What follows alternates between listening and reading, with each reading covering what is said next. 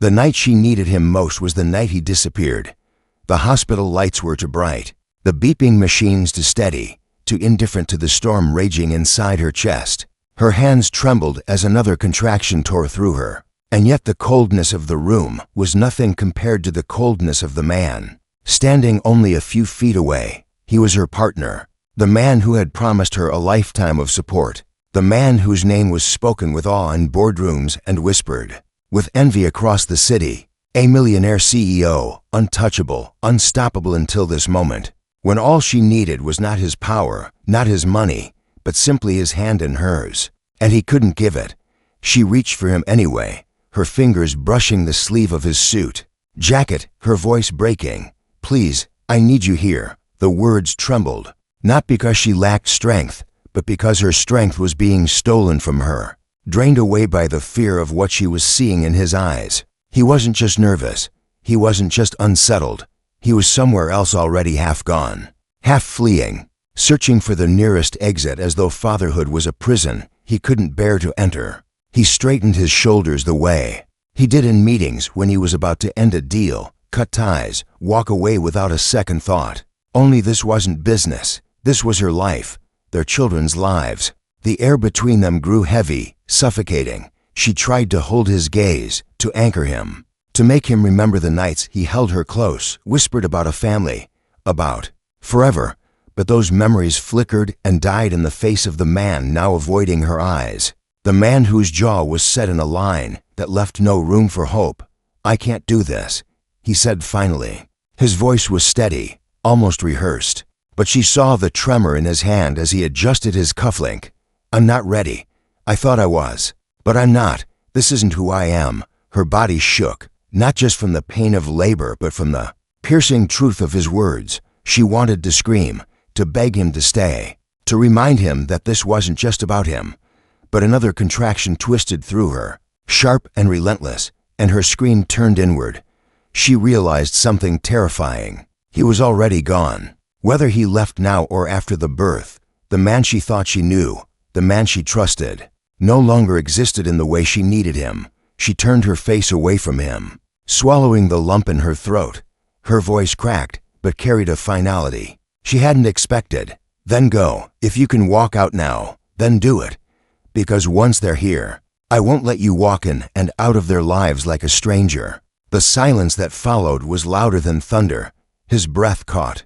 His lips parted as if he might try to argue, to soften the edges of what he was doing. But he didn't.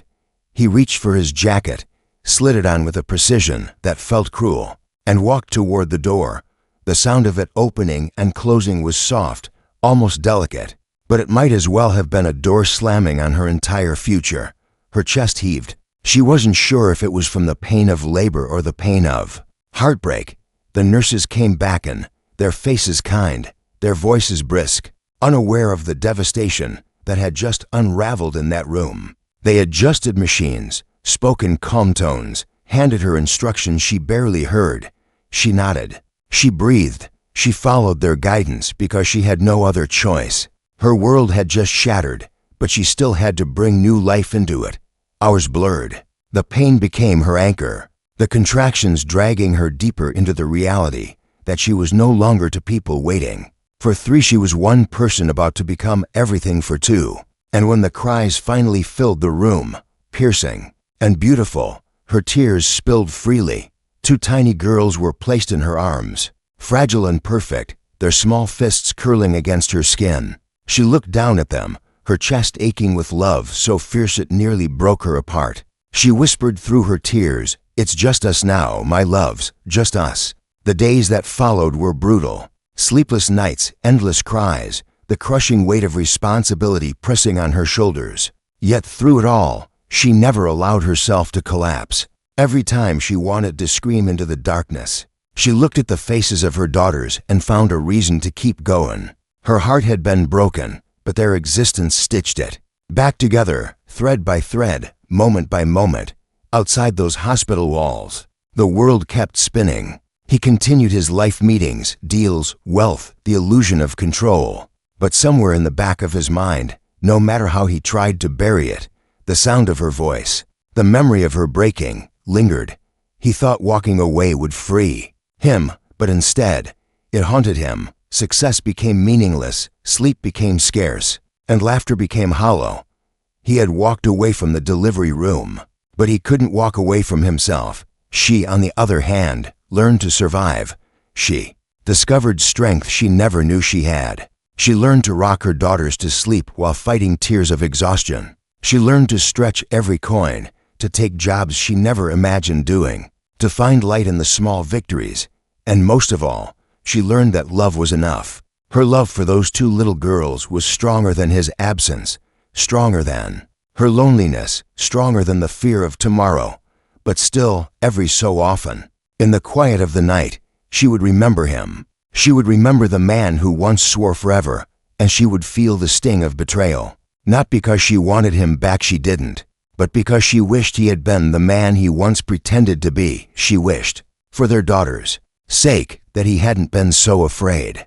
3 years would pass before fate brought their paths together again. 3 years in which she built herself back up from the ashes. 3 years in which he realized that running from love was the greatest mistake of his life. And when his eyes finally fell upon the children he had abandoned, when he saw them laughing, running, alive with the same spark that once drew him to her, the tears he had buried for so long came rushing out. But that was not yet, for now in that delivery room, she was alone, holding her daughters with a fierce protectiveness, whispering promises into their tiny ears. And though her heart ached, though her body was weak, a fire burned within her. He had walked away, yes, but she was still here, and she would never walk away. She kissed each of their foreheads, closed her eyes, and vowed silently, one day, when he sees what he lost, it won't be me who cries, it will be him. The first days outside the hospital felt like stepping into a storm with no umbrella. The city was loud, unforgiving, and unbothered by her exhaustion. Yet there she was, cradling to fragile lives in her arms while trying to remember who she was supposed to be. Nights blurred into days, and days blurred into weeks. Every cry, every feed, every diaper change felt like another brick on her shoulders. And yet, when she looked into their tiny faces, when she heard the faintest sound of their giggles, the weight became bearable. She was drowning and breathing at the same time. There were moments when silence filled the apartment, when both babies finally slept, and she found herself staring at the ceiling with a hollow ache inside her chest. She would replay the night he left, the sound of the door closing, the emptiness it carried, the sudden absence of a future she had thought was certain. The pain was still raw, but it came with a strange clarity. That night had ended one chapter of her life, but these girls, these beautiful twins, had given her a new one. She didn't have the luxury of staying broken. The bills came fast, heavier than she imagined. Even with the little savings she had left, life seemed determined to test her. She took a job at a small cafe down the street, bringing the babies along in a stroller because she couldn't afford childcare. The owner, a kind woman with lines of wisdom etched across her face, saw the determination in her eyes and said nothing about the hours she spent juggling trays and bottles, coffee, orders, and lullabies. Customers noticed too, some offering sympathetic smiles, others whispering behind her back. But she kept her head high. She wasn't ashamed. Every coin mattered. She learned to live on almost nothing: rice, bread, milk, and whatever she could stretch into meals.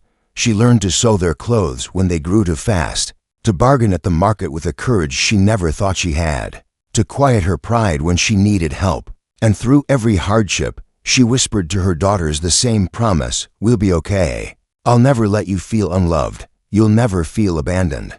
But the nights were the hardest. When the city went to sleep, her mind stayed wide awake. The sound of his absence was loud in the darkness. She thought about where he might be, if he even wondered about them, if he felt guilt in the quiet hours of his life. She imagined him in polished suits, walking into grand offices, surrounded by luxury, while she counted pennies to buy formula. The contrast made her chest ache. Yet, instead of letting bitterness consume her, she fueled herself with resolve. He might have walked away, but she would prove that love alone could raise these girls into something extraordinary. Reason I'm still standing. They're the reason I'm still breathing. It wasn't easy balancing everything. Some mornings she went to work with dark circles under her eyes, her body aching from sleepless nights. Some days she returned home to a sink full of dishes and to fussy children, and the temptation to break down was strong. But she didn't. She reminded herself that her daughters were watching her. They were learning strength not from her words but from her actions. If she crumbled, what message would that give them? No, she couldn't afford to collapse. She had to stand, even on trembling legs. The world noticed. Neighbors who once dismissed her began to admire her resilience. Strangers offered small kindnesses. An old woman knitting sweaters for the girls, a market vendor slipping her extra fruit into her bag, the cafe owner raising her wage when business improved. Her life wasn't glamorous, but it was real, and it was filled with people who recognized her fight. In those small moments, she felt seen. Yet, beneath all the strength, there were nights when loneliness wrapped around her like a blanket she couldn't shake off. She longed for someone to share the burden, someone to talk to when the babies finally slept, someone to remind her that she wasn't invisible. But then she'd look at the twins sleeping peacefully beside her, their tiny hands clutching her shirt, and the ache of loneliness softened. They were her world now. She would never be alone as long as they breathed. Meanwhile, in a tall glass building across town, his life looked perfect, but perfection was a mask he wore too tightly. He climbed higher in his empire, sealing deal after deal, admired and envied by all. Yet in the quiet of his penthouse, in the silence of expensive rooms, he found himself restless. Success didn't fill the emptiness he couldn't name. He poured himself into work, drowned himself in distractions, but at night, when sleep refused to come, he would see flashes of her face, hear echoes of her voice, feel the weight of what he had walked away from. He told himself it was for the best, that he wasn't ready, that he had made the right choice. But a whisper in his chest said otherwise, and it grew louder with each passing year. Back in her world, she learned to celebrate small victories. The first time the girls spoke her name, the first time they called her mama, the first time they ran into her arms after a long shift. Those moments were treasures that outweighed the pain. She kept a small notebook where she wrote letters to them, letters they were too young to read, filled with dreams and encouragement. She wanted them to know, when they grew older, how hard she had fought for them. 3 years was both an eternity and the blink of an eye. The girls were no longer babies. They were bright, talkative, full of life. They held hands when they crossed the street, whispered secrets into each other's ears, laughed until their bellies hurt. She looked at them and thought, this is my legacy, this is my victory. But life has a way of circling back. She didn't know that while she was building her world from the ground up, the man who had left her was unraveling piece by piece. He didn't know that while he buried himself in success, the family he abandoned was thriving without him. And when their worlds collided again, when his eyes fell on the daughters he had never met, the walls he had built around himself would finally shatter. For now, though, she carried on. She rose before dawn, worked until dusk, loved without condition. She was no longer the broken woman in the hospital bed. She was something far greater, a mother who had turned pain into power, who had built a life from ashes. And though she didn't know it yet, the strength she had forged in these years would soon confront the very man who once left her. Behind her daughters were her hope, her proof, her reason. And in their laughter, she found all the healing she thought she'd lost. 3 years can change a person in ways no one expects. The woman who once cried into hospital pillows at midnight was no longer the same. She had been tempered by fire, by sleepless nights, by the constant push and pull of survival.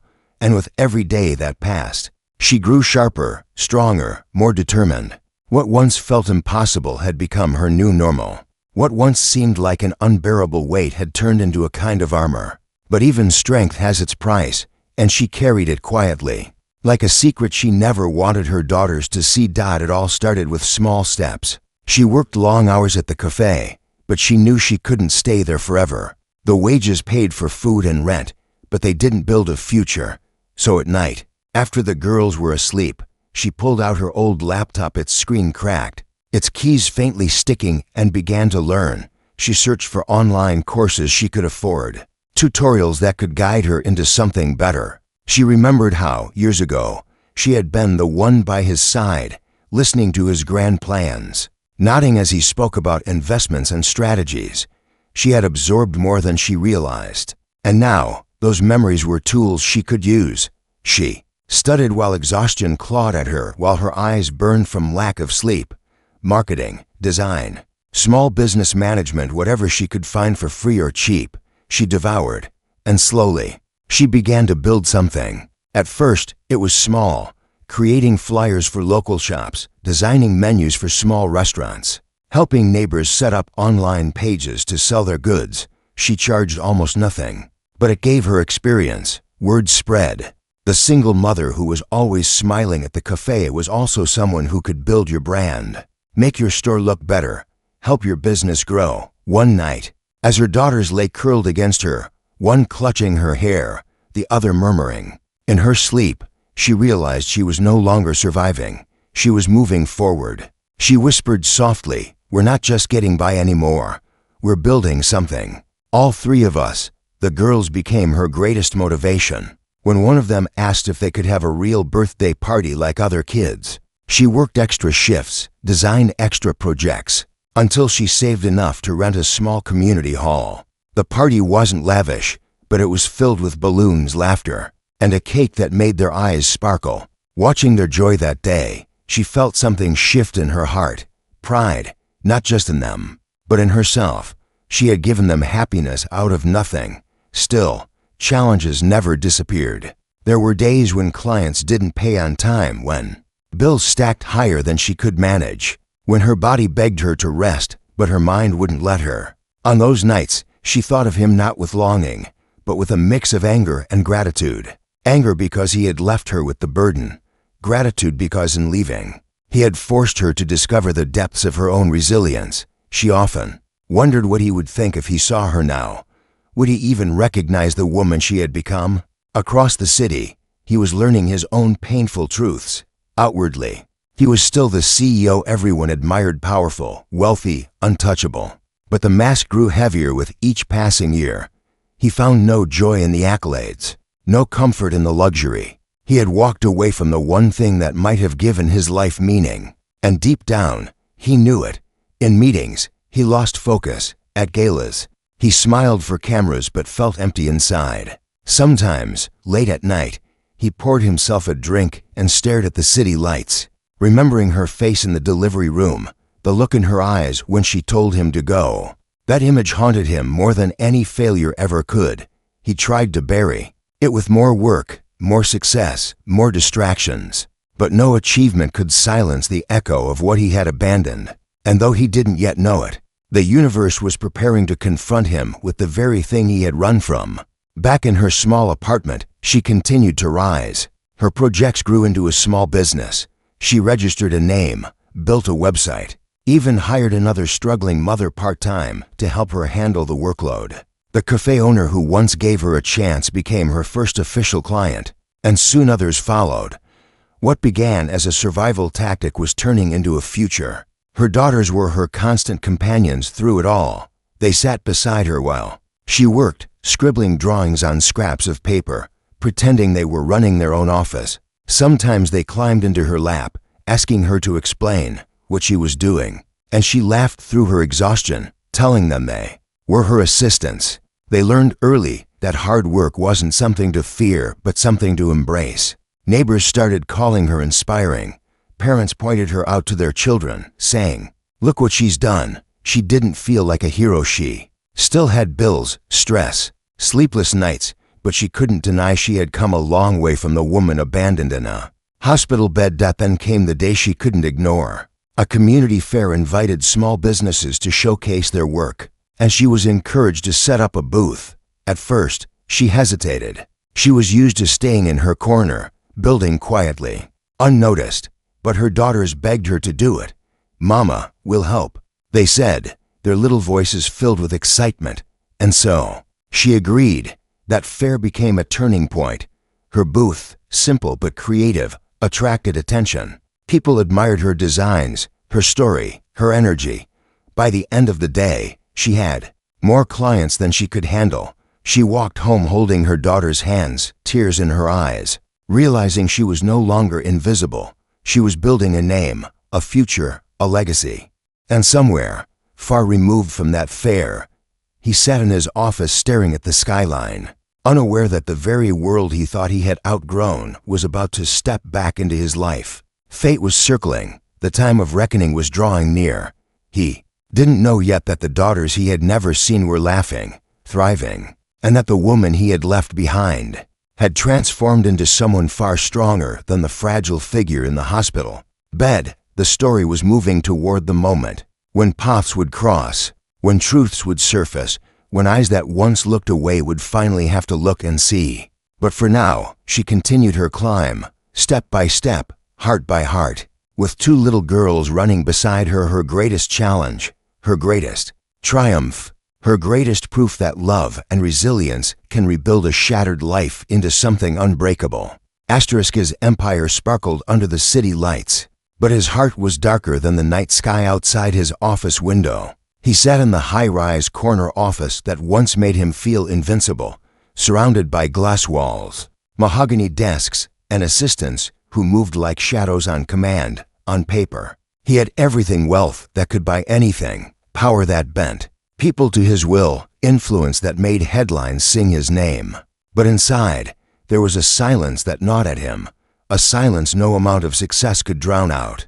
It came to him in the quiet hours, when the phone stopped buzzing, when the world stopped asking for his attention. That was when he felt at most: emptiness, cold and unrelenting. The echo of the night he had walked out of a delivery room and left more behind than he dared admit.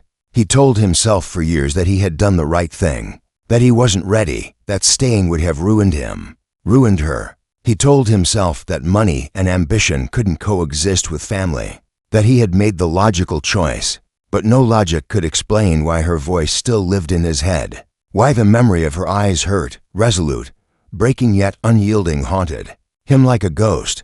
He had walked away, yes, but the truth was, he had been running ever since, running from her, from fatherhood, from the version of himself he was too afraid to become. Every board meeting, every deal, every applause-filled banquet blurred together now. Faces smiled at him, hands reached for him, women laughed at his side, but nothing pierced the hollow inside. He tried to bury the past under contracts and champagne, but guilt had a way of seeping through the cracks. At night, when he closed his eyes, he didn't dream of success.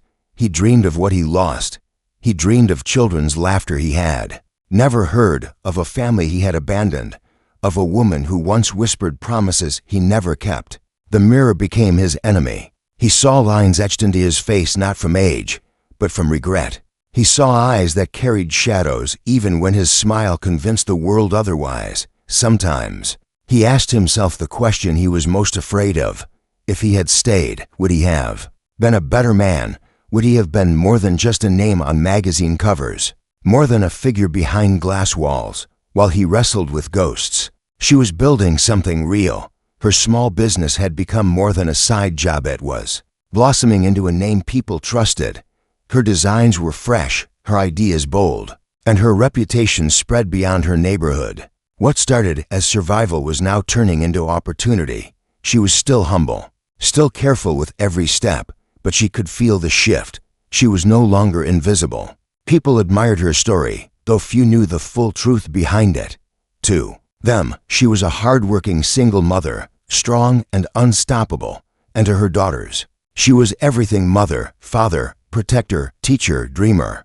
They didn't know the man who had walked away. They only knew her when they laughed, when they asked her questions about the world, when they held her hands on their way to school. They didn't ask about him, and she never offered. Why give voice to a ghost when their lives were already full of light?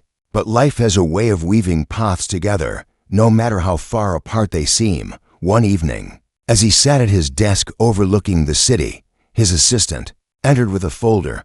"There's a new pitch from a small branding firm," she said. "They're young, but their ideas are making noise, worth looking at." He waved it off. At first he had no time for small players, yet something in the design mock-ups caught his eye, fresh, bold, familiar in a way he couldn't explain. He studied the work late into the night, not realizing whose hand had crafted it. She, on the other side of the city, was celebrating. The fair had brought in new clients, and now, her biggest opportunity yet was sitting on her desk. A corporation wanted to see her pitch. It was bigger than anything she had imagined, terrifying but thrilling. She worked late into the night, her daughters coloring beside her, filling the apartment with chatter and joy. She poured her heart into the designs, into the presentation, never suspecting who would be sitting across the table when she finally delivered it. He didn't know either. He only knew that something about the designs unsettled him, not because they were bad, but because they felt alive in a way that reminded him of someone he had tried to forget. The days ticked by, pulling them closer together like threads of a story that could no longer stay separate. She had become stronger, brighter, unshakable. He had become heavier, lonelier, trapped in a tower of his own making. Neither of them knew that soon the walls would break, the truths would surface, and the daughters, who carried both their blood, would stand as the undeniable proof of what he had lost. For him, the reckoning was coming. For her, the moment of confrontation was near, and when it arrived, it would be nothing like either of them expected. Because sometimes, the past doesn't stay buried. Sometimes, it walks back into your life in the form of two children with eyes that look achingly familiar. The room was alive with the hum of voices, the shuffle of polished shoes across marble floors, the faint clink of glasses being set down on long tables. It was another presentation day at the towering glass headquarters of his empire, the kind of day he had lived 1,000 times. Executives in tailored suits, prepared to showcase their ideas, faces sharp with ambition, hands ready to win his approval. To him, it was routine, another chance to judge a cut, to shape the future of his company. But today was not routine. Today carried something that felt strange in his chest, though he couldn't explain why. He sat at the head of the conference table, his presence filling the room before he spoke a single word. Assistants rushed to place files in front of him. Screens flickered with digital presentations, and the air was tense with expectation. He leaned back in his chair, his gaze detached, but somewhere deep inside, a restless energy stirred. It wasn't the usual anticipation of a deal. It was something else. Something unnameable. The doors opened. She stepped in. For a heartbeat, the world tilted. The woman standing there wasn't the fragile figure he had left years ago. She carried herself with a quiet strength, her eyes steady, her posture unyielding. She wasn't dressed in luxury. Her clothes were simple, professional, yet she wore them with a grace that outshone even the sharpest suits in the room. Time had sculpted her, not into someone hardened, but into someone unbreakable. She set down her portfolio, adjusted the projector, and began speaking with a confidence that silenced the chatter. He froze. He had imagined this moment countless times, though never quite like this. In his mind, she had always remained the same as that night, vulnerable, pleading, broken. But this woman was not broken. She was powerful, alive, radiant in her resolve. His chest tightened. He had built empires, but he had never felt as small as he did in that moment. Her voice filled the room, calm yet commanding. She spoke about branding, about vision, about building trust between companies and people. But every word she said carried a double weight for him. Because she had built trust alone, she had built vision out of survival. She had built a life without him. He wanted to look away, to pretend it was just another presentation, but he couldn't. Every fiber of his being was tethered to her presence. And then, just as he tried to steady his breath, it happened. The conference doors opened again. Two little girls peeked in, holding hands tightly, their big eyes scanning the room until they landed on her. Her face softened instantly, her professional armor giving way to something far warmer. The girls ran in, their laughter spilling into the corporate air like sunlight breaking through storm clouds. They reached her side, tugging at her sleeve, and she bent down to whisper gently to them before guiding them toward the back of the room. With a smile, his world shattered. He couldn't breathe. His heart pounded as he stared at them, two children, unmistakably his. Their features mirrored his own so clearly that denial was impossible. The curve of their eyes, the angle of their jaw, the spark in their expressions. It was as though someone had held up a mirror to a part of him he had tried to bury. He felt the ground shift beneath him, and for the first time in years, the armor he wore cracked. Tears burned at the edges of his vision, but he blinked them back, his throat tight. He wanted to stand, to speak, to run to them, but his body betrayed him. He sat frozen in that chair, the mighty CEO who once commanded fear, now reduced to a man facing the truth he had fled. They were real, they were alive, and they were his. She continued her presentation as though nothing had happened, her voice steady even as her daughters whispered to each other at the back. But she had seen it, the way his face drained of color, the way his mask slipped, the way he gripped the arm of his chair as though holding himself together. She had prepared for this moment, though she had never known exactly how it would unfold. And now that it was here, she wasn't afraid. She didn't need his approval. She didn't need his recognition. Everything she had built without him. Still, the weight of his gaze followed her, heavy, searching, almost desperate.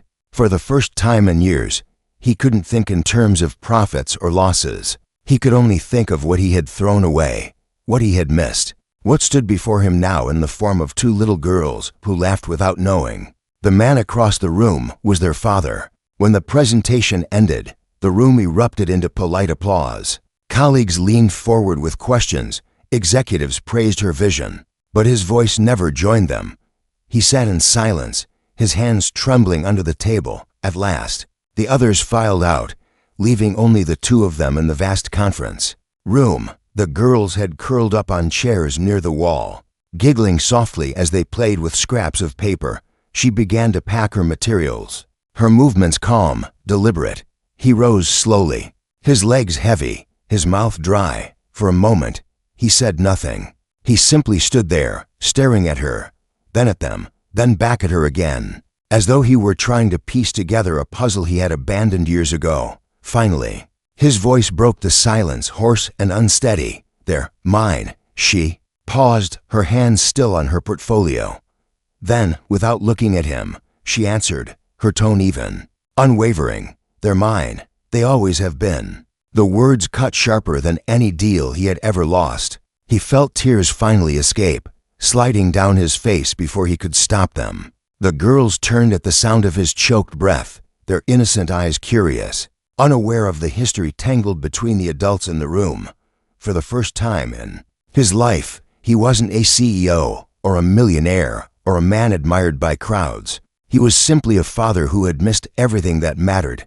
The tears came harder now, unstoppable. He covered his face with one hand, his chest heaving with silent sobs. And she watched him, not with pity, not with longing, but with the quiet strength of a woman who had learned to live without him. She had waited 3 years for this moment, not because she wanted it, but because she knew it would come. And as she looked at him now, broken by the sight of the children he had once abandoned, she realized something powerful. The pain was no longer hers to carry. It was his. The hook of fate had pulled tight. The confrontation had begun. And the man who once thought he could walk away without consequence was finally standing in the ruins of his own choices. The silence in the room felt heavier than the walls themselves, pressing in from every side. He stood there with his chest heaving, his hands trembling, his tears betraying the image he had built for years. For once, he wasn't the man people bowed to or the leader who commanded boardrooms. He was simply a father who had just realized the cost of his choices. His daughters sat in the corner, giggling quietly, their innocence untouched by the storm swirling around them. Every laugh cut deeper into his heart, because each sound carried years he had missed. First words, first steps, first nights of comfort when they cried. All of it had been lived without him. He opened his mouth to speak, but the words choked in his throat. Finally, he managed a whisper, his voice cracked, raw. Nothing like the powerful tone people were used to hearing from him. "I'm sorry." She didn't look up from her bag as she gathered her things. She moved with quiet precision, her composure unshaken, as though she had practiced this moment 100 times in her mind. When she finally did speak, her voice was steady, but not cold. It carried a weight that went beyond anger. It was the voice of a woman who had endured and survived. "Sorry doesn't raise children. Sorry doesn't hold them when they're sick at night. Sorry doesn't explain why their father wasn't there when they asked about him." Her words landed like blows, but he didn't flinch. He knew he deserved them. Still, he stepped closer, his eyes locked on hers, desperate, almost pleading. "Please let me try now. I can't take back the past, but I can be here from this moment on." His voice shook, and for the first time, he wasn't negotiating a deal. He wasn't bargaining for profit. He was begging for a chance at something far greater. She finally lifted her gaze to him, her eyes sharp yet glistening with restrained emotion. "Do you know what it cost me to stand here today, to raise them alone, to hold my head high in a world that judged me because you weren't there? I carried them when I could barely carry myself. I built a life for them with nothing but determination, while you built wealth without ever looking back." Her strength was undeniable, and it left him breathless. He wanted to fall to his knees, to admit the truth he had buried. His heart screamed to tell her that he had left not out of hatred, but out of fear of responsibility, fear of failure, fear of being vulnerable. But he knew excuses wouldn't change anything now. The girls ran up then, tugging at her sleeve, their laughter breaking the unbearable tension. They looked at him curiously, tilting their heads as though trying to place his face in their world. He forced a smile through his tears, crouching down to their level. "Hi," he whispered, his voice gentle, trembling. One of them blinked, her small voice innocent, unaware of the history behind her question.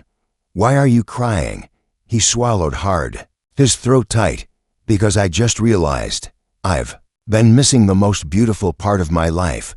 His tears fell freely then, no longer hidden, no longer held back.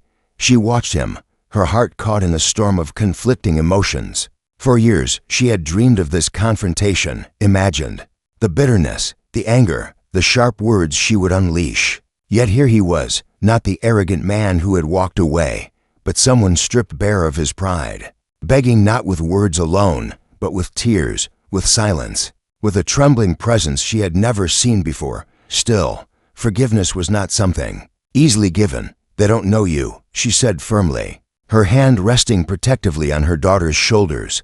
"And I will not let them be hurt.